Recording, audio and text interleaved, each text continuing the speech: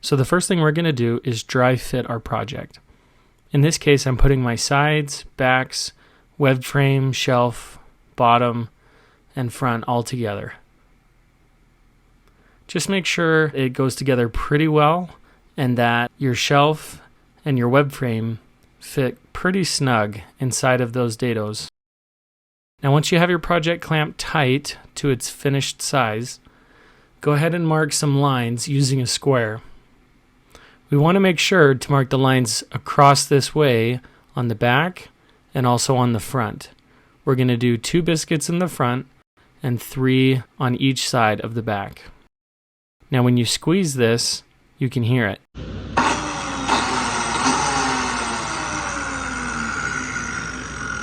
It only turns on when you squeeze it.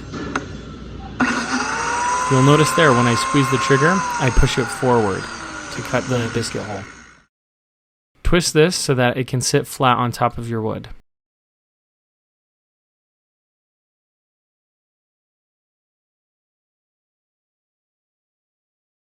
This is generally what our back should look like after we cut the holes. Here's a quick grip. Pull this lever to loosen it and clamp it somewhat tightly to the table, just enough so that it doesn't move. We're going to line up the line we drew with the line on the biscuit jointer. Pull the trigger and then push in the hole.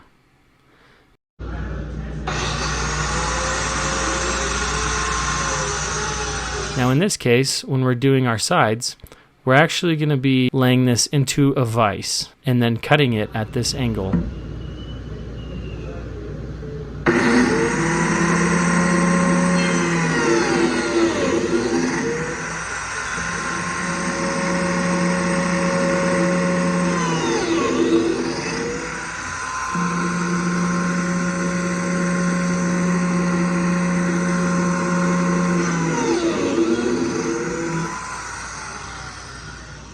Once you're done with the biscuit joiner, make sure to fold up the fence again and wrap the cord inside. It won't fit inside of the box unless you pull that fence up.